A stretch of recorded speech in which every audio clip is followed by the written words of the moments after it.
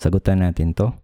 What is the differential equation of the family of parabolas having their vertices at the origin and their foci on the x-axis?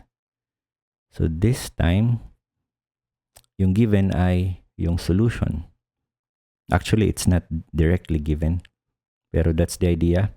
And yung hinahanap ay yung differential equation. Yung mga choices ay differential equations. So sabi sa problem, family of parabolas, ito yung equation, y squared equals 4ax.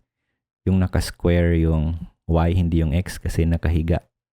Yung mga parabola na to, nasa x-axis, yung foci nila.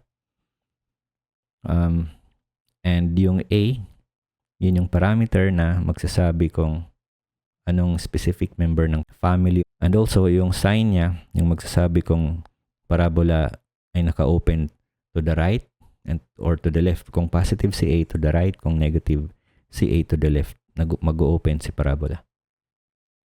So, yeah, ito yung solution. Pinapahanap yung differential equation. Ito na actually yung sagot. Paano natin mapapakita na ito talaga yung sagot? Yung idea lang ay computein yung dy over dx nito and also yung dy over dx nito.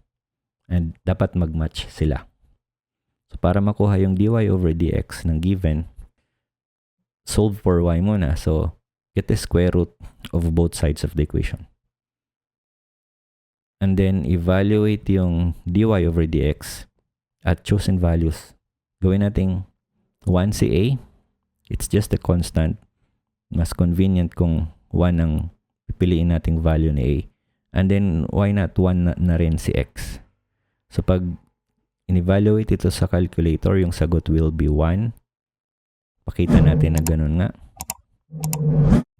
So, i-input yung function na 4x na lang kasi 1 naman si a.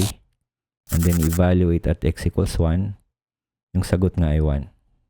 So, ito na yung dy over dx na associated dito sa given. Computein din yung dy over dx ng mga choices. Pero dito, we're just going to work on the correct answer.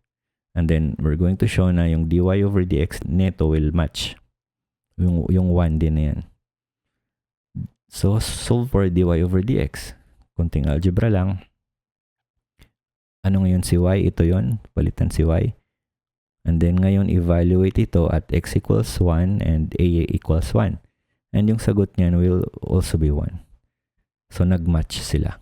Kasi nga ito yung tamang sagot. Pag ginawa ito for the other choices, kinumpute yung dy over dx, hindi yun magwa 1. So, ganun lang yung technique.